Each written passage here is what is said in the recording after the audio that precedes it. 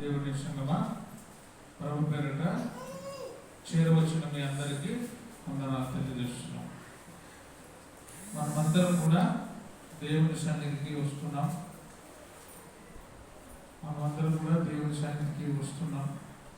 అయితే ఎందుకు దేవుని సన్నిధికి మనం రావాలి? దేవుని సన్నిధికి వస్తున్నాం కదా, ఇక్కడికి ఎందుకు రావాలి? దేవుని సన్నిధికి ఎందుకు రావాలి, ఎందుకు వస్తున్నాం అని ఈరోజు నేర్చుకుందాం. యెషయా 66వ అధ్యాయం, యెషయా 66వ అధ్యాయం 23వ వచనం. ప్రతి అమావాస్య దినములలో దాంట్లో కింద నా సన్నిధిని మొక్కుటకై సమస్త శరీరులు వచ్చెదరు. నా సన్నిధిని మొక్కుటకై సమస్త శరీరులు సమస్త శరీరులు వచ్చెదరు. ఎందుకు వస్తున్నాము దేవుని సన్నిధికి? ఆయన సన్నిధిలోకి ఎందుకు వస్తున్నాం? సమస్త శరీరులు వస్తున్నారు. ఎందుకు వస్తున్నారు? యెహోవాను సెలవిచ్చును అని యెహోవా సెలవిచ్చును. నా సన్నిధిని మొక్కుటకై సమస్త శరీరులు వచ్చేది. ఎందుకు వచ్చినారంట? మొక్కడానికి. ఎందుకు మొక్కుతున్నాము? ఎందుకు దేవుని మొక్కాల్సి వస్తుంది అంటే, ఆయన మన ఆవిర్భావమై ఉన్నాడు. ఆయన మనలందరూ కూడా కలుగజేసినాడు, సమాధానాన్ని ఇచ్చినాడు, సంతోషాన్ని ఇచ్చినాడు, ఆయుష్కాలాన్ని ఇచ్చినాడు, ఆరోగ్యాన్ని ఇచ్చినాడు. అందుకే మనం దేవుడికి ఏం చెల్లించాలా? మొక్కాలి. సమస్త శరీరులు కూడా ఆయన సన్నిధికి మొక్కుటకై వచ్చేదరు అని ఎవరు చెప్తున్నారు? యెహోవా సెలవిచ్చుచున్నాడు. దేవుడే చెప్తున్నాడు. నా సన్నిధికి వచ్చిన మీరందరూ కూడా నన్ను మొక్కాలి, ప్రార్థన చేయాలి, ఆరాధించాలి, స్తుతించాలి. అది దేవుని చిత్తమై ఉంది. అందుకే ఆయన సన్నిధికి వచ్చేవాడు, ఆయన సన్నిధిలో వచ్చి ఆరాధించేవారు ఎట్లా ఆరాధించాలో, ఆయనను ఆరాధించేవాడు ఆత్మతోనూ సత్యముతోనూ దేవుని ఆరాధించాలి. ఎందుకు మొక్కాలి అంటే, ఆయన మనకు దేవుడై ఉన్నాడు, ఆయన మనకు తండ్రి అయి ఉన్నాడు, రక్షకుడై ఉన్నాడు, ఆయన శాంతి సమాధానం ఇచ్చే దేవుడు. కాబట్టి ఆయన సన్నిధికి మనం వస్తున్నాం. వచ్చిన తర్వాత మనం ప్రార్థన చేసుకోకపోతే, ఆరాధించుకోకపోతే, మన చెవులు దేవుడి వైపు ఇవ్వకపోతే, మనం వచ్చినా కూడా అది మన ప్రయోజనము కాదు. ఇంకొక మాట చూస్తే 63వ అధ్యాయంలోనే, యెషయా 63వ అధ్యాయము 9వ వచనంలో, వారి యావత్ బాధలో ఆయన బాధ పొందెను. మనందరి యొక్క బాధలలో ఆయన ఏం పొందినాడు? బాధ పొందినాడు. మన బాధ కోసము ఆయన బాధ పొందినాడు. మన కష్టాలను ఆయన అనుభవించాడు. ఈ ప్రపంచంలో ఏ దేవుడు ఏ దేవత చెప్పని మాట ఆయన మనకు భరోసా ఇస్తున్నాడు. మీ బాధ, మీ చింత, మీ ఆవత్తు మొత్తము నా మీద వేసి నా సన్నిధిలోనికి వచ్చి మీరు నన్ను ప్రార్థన చేయండి, నా దగ్గరకు వచ్చి మీరు మొక్కండి, నేను మీకు ఇస్తాను. అందుకే ఆయన అంటాడు, నా యుద్ధకు వచ్చి వారిని నేను ఎంత మాత్రం కూడా బయటికి త్రోసివేయను. దేవుడు త్రోసివేయడు, మనుషులు త్రోసివేస్తారు. అవసరమై ఒక మనిషి ఇంకొక మనిషి దగ్గరికి పోతే నిర్లక్ష్యం చేస్తాం, త్రోసేస్తాం, ఇబ్బంది పెడతాం. కానీ దేవుడు మాత్రం ఎప్పుడు కూడా ఇబ్బంది పెట్టాడు. ఆయన మాత్రం ఏం చేస్తుంటాడంటే, ఎవరెవరు నా దగ్గరికి వస్తారా, ఎవరు ప్రార్థన చేస్తారా అని ఆయన ఎప్పుడు కూడా ఎదురు చూస్తుంటాడు. సర్వ శరీరుల ప్రార్థన వైపు ఆయన చెవులు ఉంటాయి. ఎవరి వైపు? సర్వ శరీరుల ప్రార్థన వైపు ఆయన చెవులు ఉంటాయి. ఆయన చెవులు వింటూ ఉంటాయి. ఆయన వినే దేవుడు, సమాధానాన్ని అనుగ్రహించేవాడు. కీర్తనలు 65:2లో ప్రార్థన ఆలకించువాడా, ప్రార్థనను ఆలకించే దేవుడు ఆయన. అందుకే సర్వ శరీరులు నీ యొద్దకు ఉన్నారు. ఎందుకంటే వారి యావత్ బాధలో ఆయన బాధ నొందెను. ఆయన సన్నిధిని దూత వారిని రక్షించెను. మనకు ఒక దూతను కాపుదల ఉంచుతారు దేవుడు. మనం ఎక్కడ పోయినా మనకు ఒక సెక్యూరిటీ ఉంటుంది. ఆయన మనల్ని ఎప్పుడు కూడా పడిపోలేడు. యెహోవా అతని చేయి పట్టుకొని ఉన్నాడు కనుక అతడు నేలను పడిన మరలా తిరిగి లేస్తాడు. అది ఎంతో ఆశీర్వాదకరమై ఉన్నది. ఏ బాధలో మనం పడిపోయినా మరలా తిరిగి లేస్తాము. ఎందుకంటే ఆయన మనకు తోడై ఉన్నాడు. ఆయన మనల్ని కాపాడుతున్నాడు. ఆయన సన్నిధిలో మనం మొక్కుతున్నాము కాబట్టి ఆయన మనల్ని ఏం చేస్తున్నాడంటే విడువక మన చెయ్యి పట్టుకొని ఉన్నాడు. ఇది మనం చాలా జాగ్రత్తగా గమనించుకోవాలి. ప్రేమ చేతను తాలిమి చేతను వారిని రక్షించెను. మన మీద ఆయనకి ఎనలేని ప్రేమ. ఎంత ప్రేమ అంటే ఆ ప్రేమకు అవధులు లేవు. ప్రేమ చేతను తాలిమి చేతను వారిని రక్షించెను. పూర్వ దినములన్నిటను ఆయన వారిని ఎత్తుకొనుచు మోసుకొనుచు వచ్చెను. ఎత్తుకుంటూ మోసుకుంటూ వచ్చినాడు. ఎప్పటి నుండి? పూర్వకాలము నుండి శాశ్వత కాలం వరకు ఆయన మనల్ని ఎత్తుకొని మోస్తున్నాడు. ప్రయాసపడి భారము మోసుకొనుచున్న సమస్త జనులారా నా యొద్దకు రండి, నేను మీకు విశ్రాంతిస్తాను.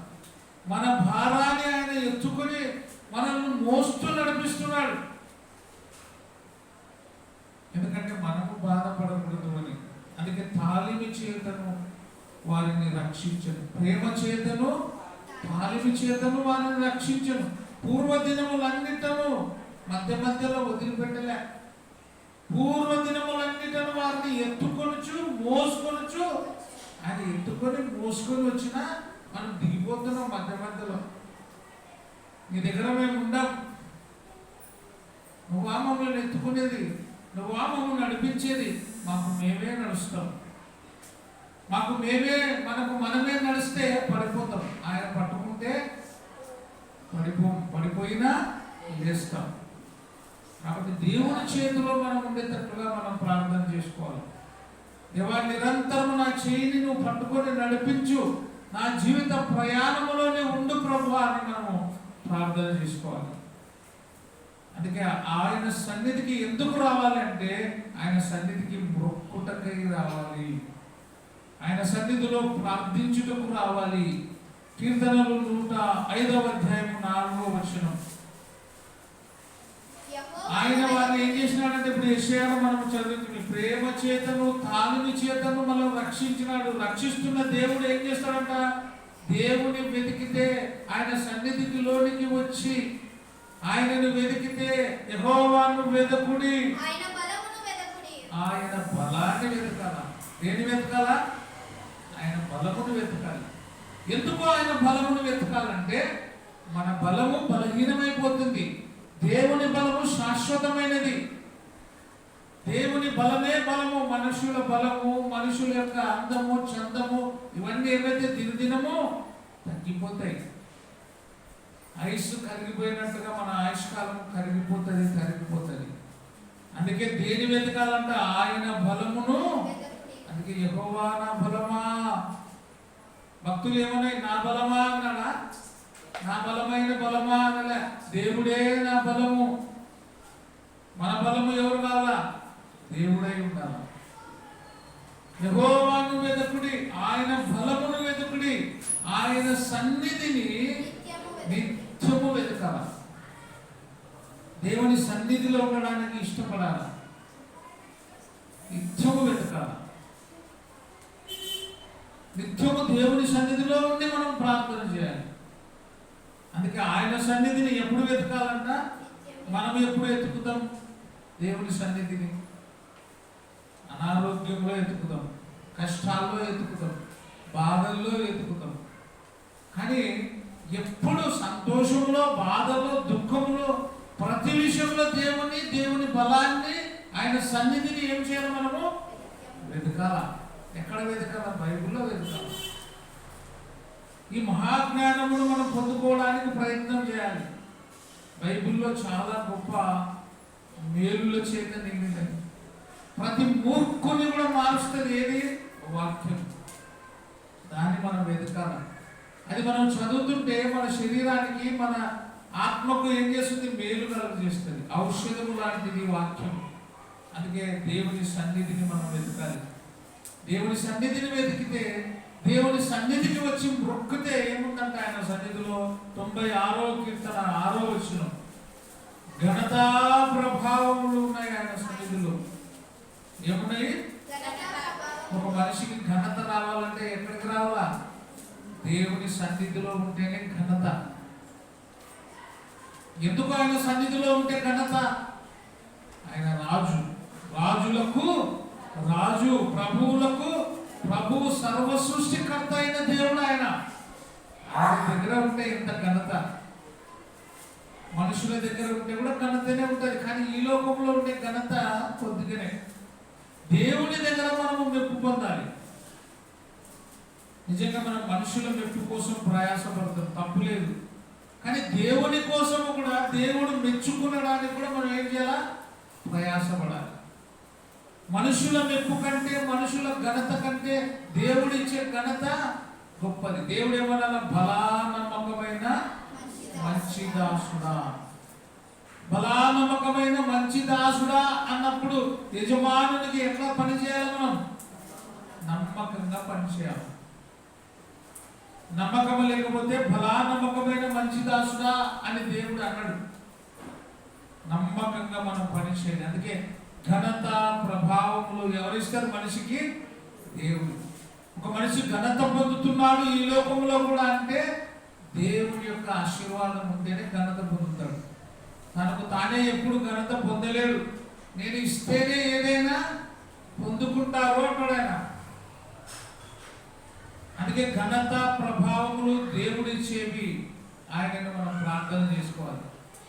సమాజంలో, సంఘములో నేను ఘనత పొందుతూ నీ ఎడలో కూడా నేను దాసుడుగా ఉండే, నీ ఎడలో కూడా నేను నమ్మకంగా ఉండాలి ప్రభువా అని మనం ప్రార్థన చేసుకోవాలి. ఘనత ప్రభావములు దేవుని సన్నిధిలో ఉన్నాయి. దేవుని సన్నిధిలో ఎందుకు రావాలంటే ఘనత ప్రభావములు ఆయన సన్నిధిలో ఉన్నాయి. బయట ఉండి సంఘంలో లేకుండా నేను ఎంత ఘనత ఉన్నా అంటే కూడా నువ్వు పెడతామే. దేవుని హత్తుకొని బ్రతకాలి, సంఘాన్ని హత్తుకొని జీవించాలి. ఆయన సన్నిధిలో ఉన్నాయి, ఆయన సమూహంలో ఉన్నాయి, ఆయన యొక్క రక్తమాంసంలో ఘనత ప్రభావములు ఉన్నాయి. అందుకే ప్రతి ఆదివారమున అపోస్తుల బోధ యందును, సహవాసమందును, రొట్టె విరుచుట యందును ఎడతెగక ప్రార్థన చేయటం ఎడతెగక ఉండాలి. ఇంకా మనము దేవుడి సన్నిధిలోనికి ఎందుకు రావాలి అంటే 16వ కీర్తన 11వ వచనంలో చదివితే, నీ సన్నిధిలో సంపూర్ణ సంతోషము కలదు. ఎందుకు రావాలా దేవుని సన్నిధికి? సంతోషం. మీకు బాధ వచ్చినప్పుడు పాట పాడండి, ఎంత సంతోషమో. నిజంగా ఆ రుచి తెలిసిన వాళ్ళకే తెలుస్తుంది. ఎంతైనా దుఃఖం రాని పాట పాడితే ఆటోమేటిక్గా అది గుండెల్లో నుంచి వచ్చేస్తుంది పాట. నువ్వు దుఃఖంలో ఉన్నప్పుడు నిన్ను ఆదరించే పాట వస్తుంది. నువ్వు సంతోషంలో ఉన్నప్పుడు సంతోషమైన పాట వస్తుంది. అది ఎవరో చెప్తే రాదు.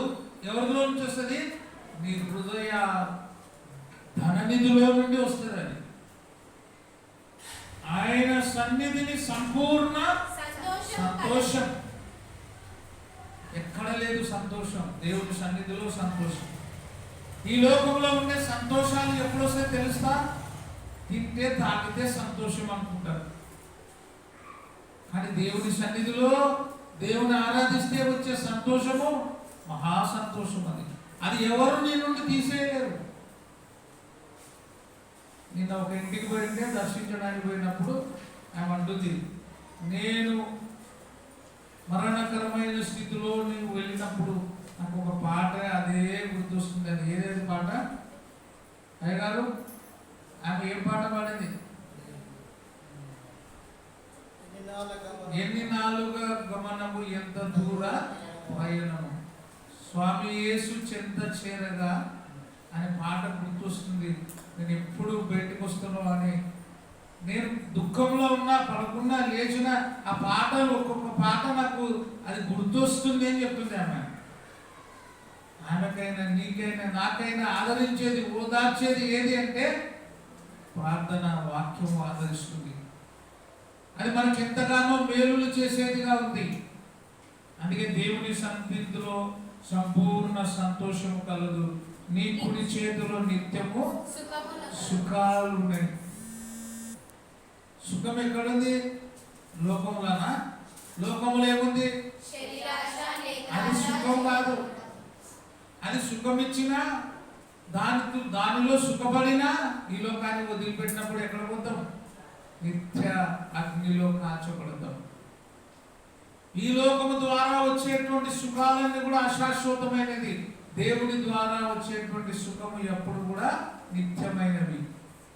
నీ సన్నిధిలో సంపూర్ణ సంతోషము, నీ కుడి చేతిలో నిత్యము సుఖం. బాగా సుఖం ఉన్నట్టుంది, అందుకే బాగా కడుపు వచ్చింది, బాగా లావైనారు, బాగా సుఖం ఉన్నట్టుంది. అక్కడ ఈ లోకమైన సుఖం కాదు.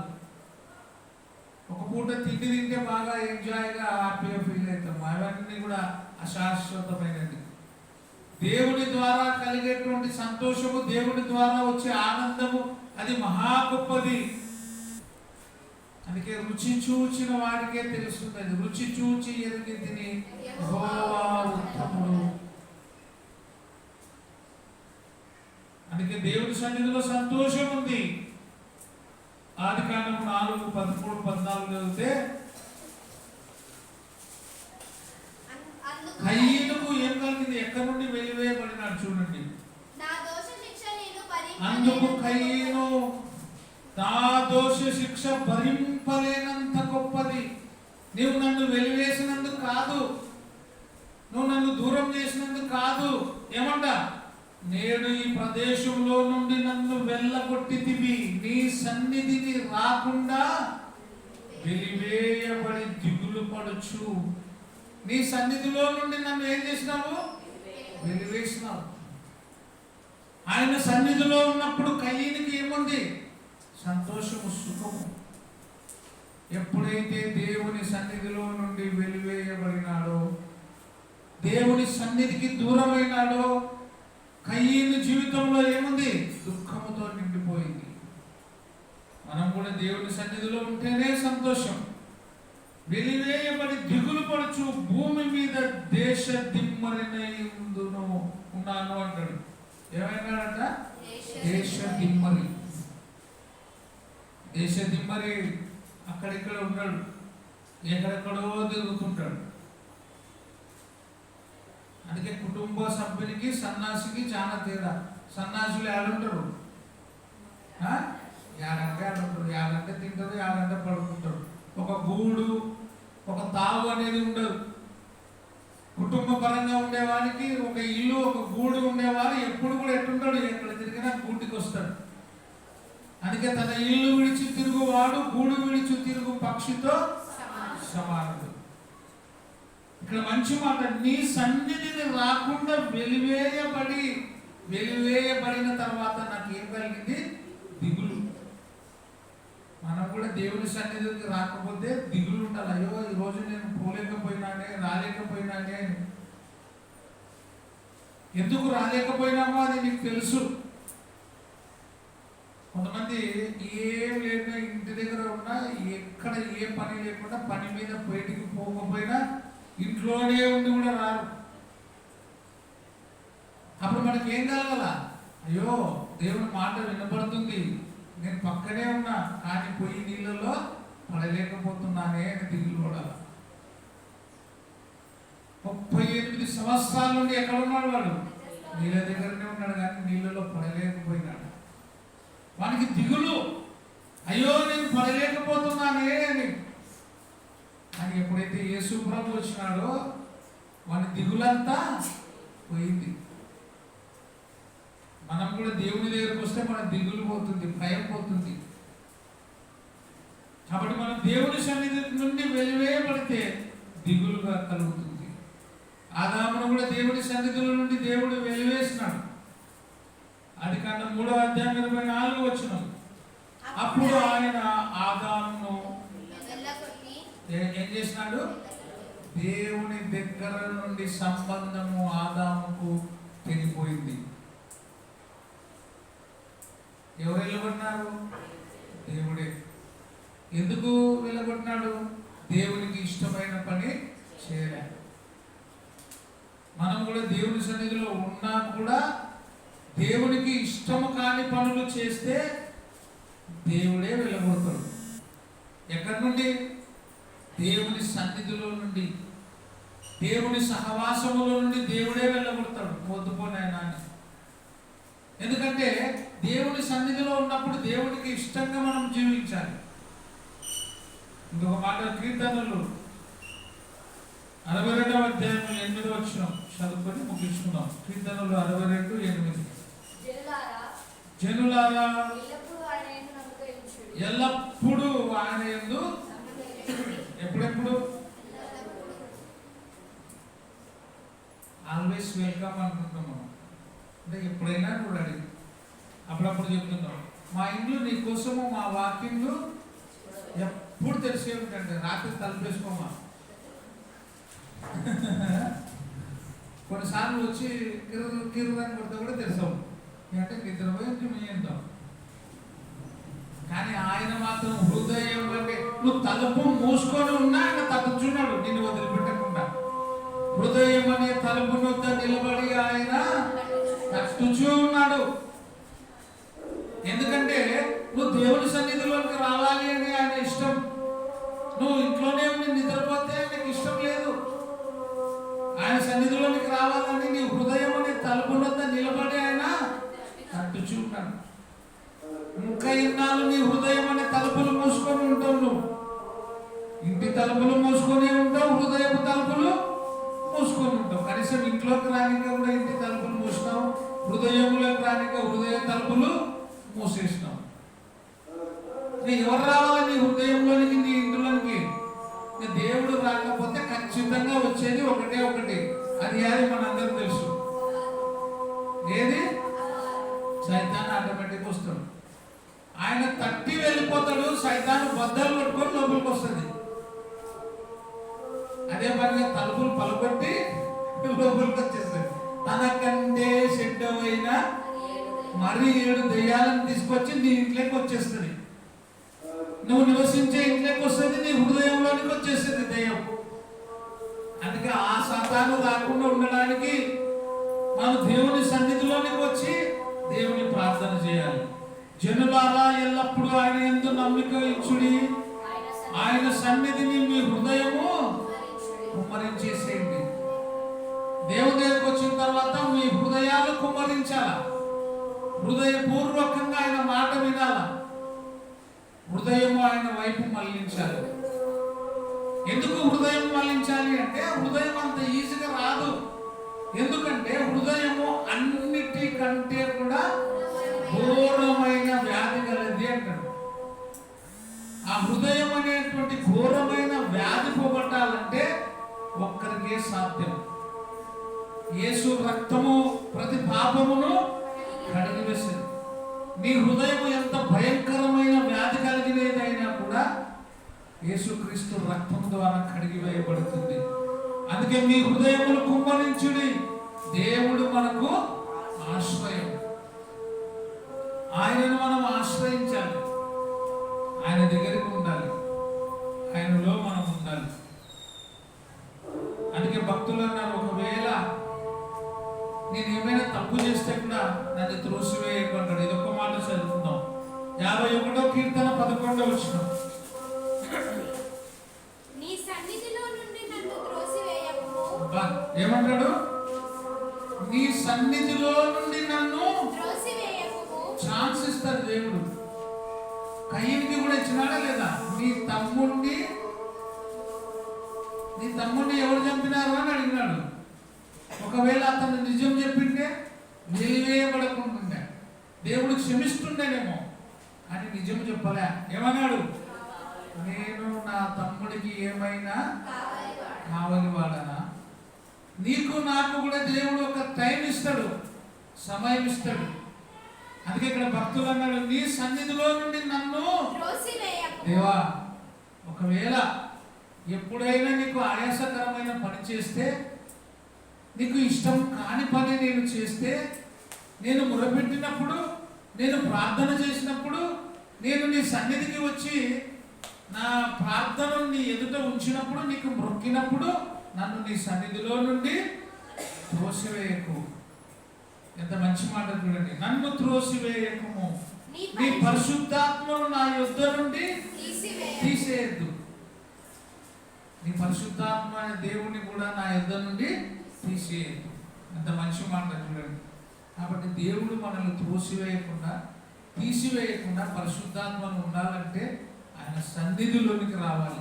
ఆయన సన్నిధిలోనికి వచ్చి మొక్కి ప్రార్థన చేస్తే దేవుడు మనల్ని ఎప్పుడు విడివక మనల్ని హత్తుకొని ఉంటాడు అని వాక్య భాగం ద్వారా తెలియజేస్తున్నాను. అందరికీ వందనాలు. ప్రభు పేరిట అయ్యగారు ప్రార్థన